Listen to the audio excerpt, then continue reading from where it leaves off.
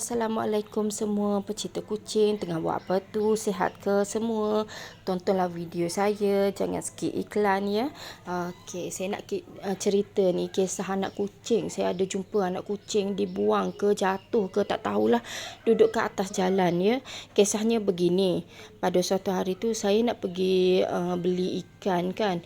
Lepas tu dalam perjalanan tu tiba-tiba dari jarak jauh tu saya nampak warna hitam bergerak-bergerak. Jadi plastik ke apa ke kita tak tahu sebab jauh kan. Bila sampai dekat tu rupanya anak kucing. Atas jalan raya, anak kucing tu duduk jalan sebelah kanan, kereta saya sebelah kiri. Lepas tu saya pun cakap kat suami saya, berhenti, berhenti, berhenti. Suruh berhenti. Lepas tu suami saya kata tak boleh nak berhenti mengejut.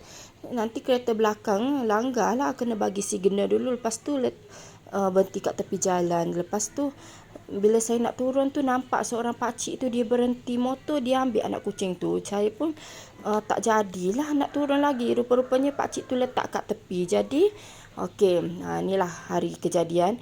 Lepas pakcik tu letak kat tepi, dia pun pergi dengan motor. Saya pun turun daripada kereta, jalan kaki, jalan-jalan kaki. Nak pergi ambil lah anak kucing ni sebab pakcik tu dah tolong letak kat tepi. Ya, jadi saya pun pergilah nak ambil anak kucing ni. Ni anak kucing tu ya. Masih lagi baby lagi ya. Kisah ni sebulan yang lalu kisah ni. Ni baby ni. Kecil lagi. Saya tak tahulah sama ada sebab di atas jalan raya macam ni. Bukannya rumah orang ada kat bawah-bawah lembah sana. Dia macam lembah-lembah sikit. Jadi tak pastilah sama ada orang buang ke ataupun jatuh kat tengah jalan. Mungkin orang nak pergi buang kat tempat lain, dia terjatuh kat tengah jalan ke. Saya tak tahulah. Sebab betul-betul atas jalan raya. Ni anak kucing ni betul-betul atas jalan raya. Saya tak pastilah dari mana datang sebab bukannya kawasan ramai orang lah kat sini. Rumah orang kat bawah-bawah dia macam lembah-lembah macam tu. Okay, jadi saya pun ambil lah. Nasib baiklah pakcik tu tolong letak dia dekat tepi. Tu kat tengah jalan tu. Kalau nak pergi kat rumah orang tu kena turun macam bukit macam tu. Okey, ni video sebulan kemudian duduk kat rumah saya. Tengoklah dia semakin besar sikit ya. Semakin besar, lincah, aktif, suka makan. Ni budak ni. Inilah budak kat atas jalan raya tadi. Nasib baik pakcik tu tolong ambil letak kat tepi sebab waktu kejadian ni kan ada lori pasir lalu. Saya tak tahu nak buat macam mana ni. Nak berhenti kereta tu pun kena bagi signal dulu kan. Jadi rasa macam lambat lah. Bimbang lah. Takut dia kena pijak dengan lori ke apa. Agaknya lori tu lalu tayar tu biar dia duduk kat tengah-tengah kot. Sebab faham tak? Lori lalu, anak kucing duduk kat tengah-tengah jalan. Agaknya tayar lalu kat tengah-tengah. Budak ni pun diam tak bergerak. Takut ke macam mana. Sebab dia kecil lagi masa tu. Sekarang ni dia besar sikit. Sekarang ni kan kalau saya letak dia kat tangga kan, dia cubalah pergi kat depan rumah saya tu ada jalan kan. Kalau motor ke kereta lalu, lari masuk dalam kawasan rumah, duduk kat tangga. Takut. Yang sekecil dulu diam je tengok, aktif. Suka duduk kat sini. Dia duduk kat sini ni, dia menumpang kasih pada ibu kelabu ni. Ni ibu kelabu ni anak dia mati. Jadi dia jaga budak ni lah.